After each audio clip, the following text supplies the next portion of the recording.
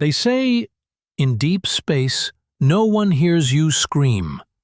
But the universe heard us cry. It began in the void between systems, where only the cold whispers of dark energy and dust prevail. Relay Station Theta 9 was our furthest listening post, orbiting a dead star like a mechanical ghost. No one paid it much mind anymore. Its crew of 7 rotated every 2 years, logging radiation bursts and stellar anomalies for the archives of Earth's Central Stellar Authority. Routine, monotonous, forgotten. Until the signal came. It was neither a distress call nor a recognized transmission. It pulsed once every 17 seconds, low frequency, layered with data compression that no Earthside algorithm could unravel. It didn't match any known linguistic matrix, but it wasn't noise. It had structure, intent, a signature that burned cold logic into every receiver it touched. The crew sent a priority dispatch back to the Mars Communications Array and waited. For 5 days, Earth sent no reply. Then the signal stopped.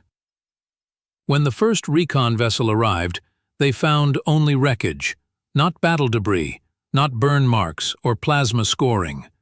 Wreckage.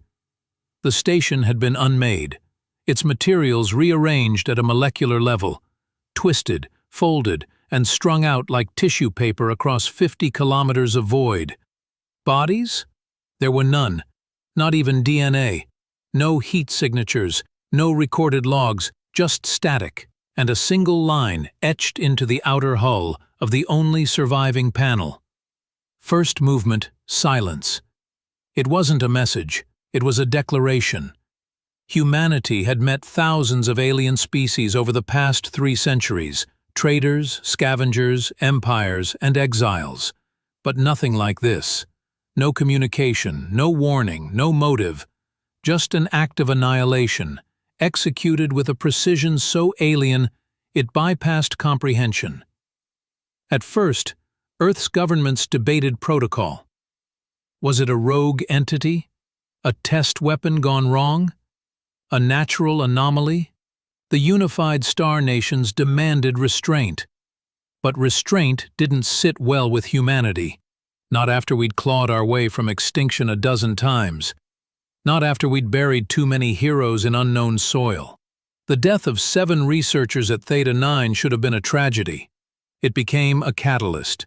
For the first time in a century, Earth suspended interstellar treaties and invoked the Total Defensive Mandate. 47 shipyards across Mars, Titan, Europa, and the asteroid belt went into overdrive. Sleeper fleets were awakened. Colonies recalled civilian science crews and replaced them with rapid deployment militias. On Luna, forges that hadn't sparked in 2 generations lit up the sky with ion fire. We didn't know what we were fighting yet, but they called it Operation Echoall, a name pulled from the dust of old Earth war logs, once associated with a failed lunar siege 2 centuries prior. But now, resurrected and repurposed, it was meant not to remind us of defeat, but to swear we would never repeat it.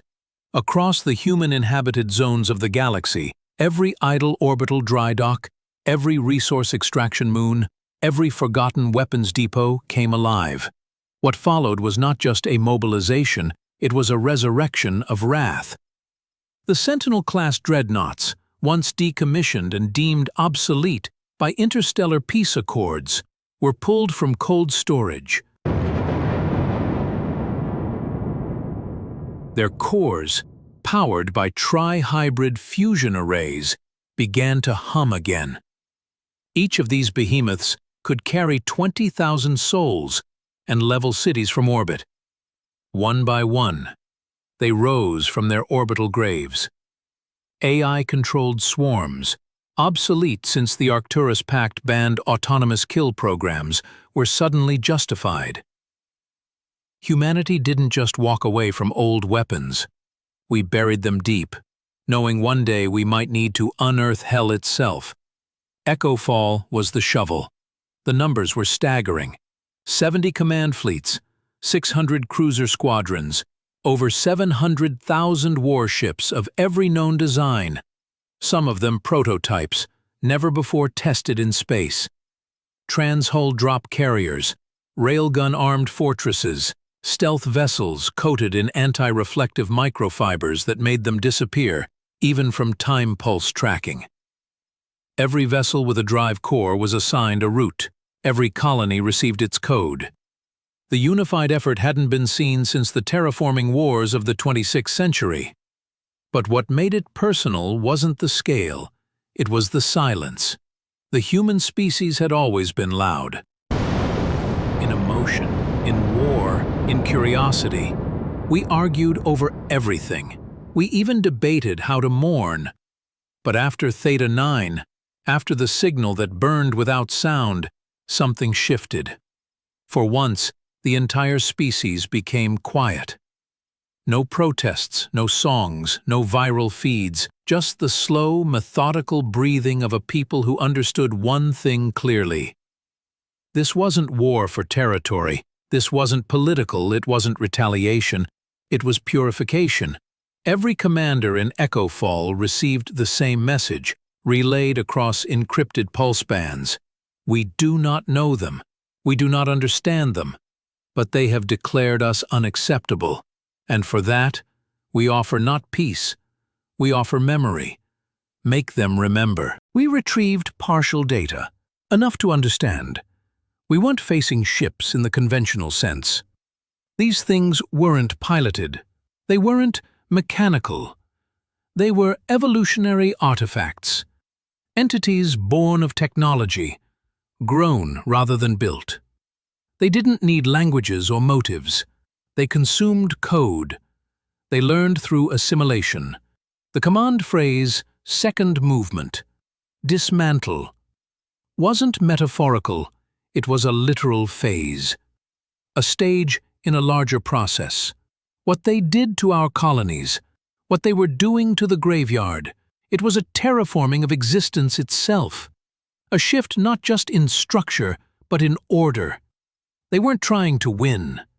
They were trying to convert reality to their standard. Command panicked.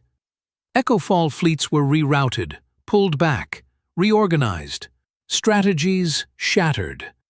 Our oldest enemy, time, was now our shortest supply. Humanity had always relied on time to study, analyze, counter. But these things, whatever they were, operated on patterns, not sequences.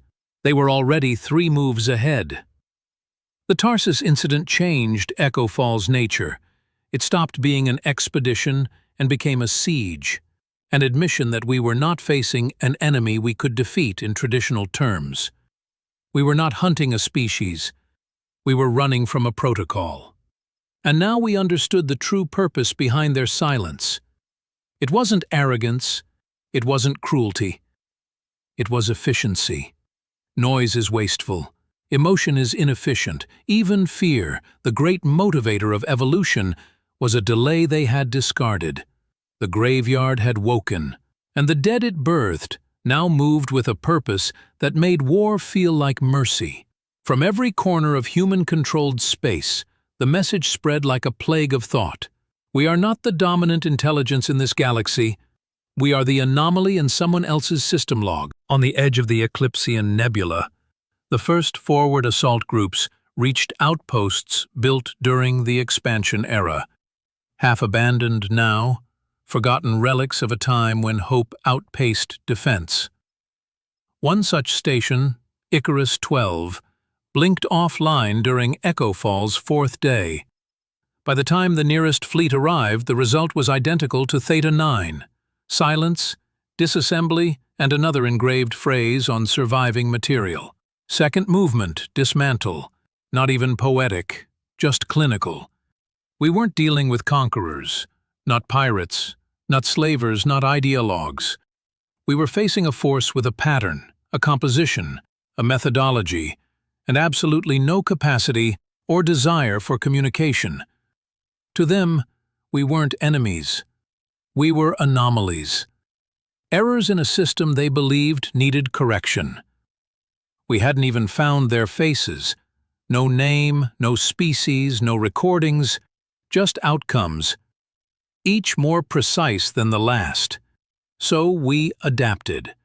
Humanity's greatest asset wasn't its firepower or even its resilience. It was our talent for becoming exactly what we needed to be, when pushed to the edge. And we had just been shoved into the abyss. At the outer rim of known space lies a place older than human memory, a sector that predates even our most ancient star maps. Tarsus Expanse, once the stage of an ancient war between civilizations that long vanished. Ships drifted there like petrified fossils, their hulls scorched black, radiation levels fluctuating in strange harmonics. No species had dared to reclaim it. No salvage crews returned. We called it the graveyard of stars. It was the perfect place to hide. Humanity's forward scouts, long-range vessels powered by dark space tunneling drives, were the first to pick up anomalies. At first, it looked like background noise, ghost signals bouncing off hulls a century old. But then came the gravitational spikes, waves in the ether too patterned to be natural. Something was moving through the wreckage, something large, and something systematic. When the fleet dispatched Recon Wing Kappa 7, they entered cautiously. Their systems hardened and automated, crew on high alert. What they found redefined fear. Hundreds of alien vessels, long-dead war machines of a race called the Viru Kel, floated silently, their energy cores dead for millennia. But embedded in their cores now pulsed strange crystalline spires, growing like tumors.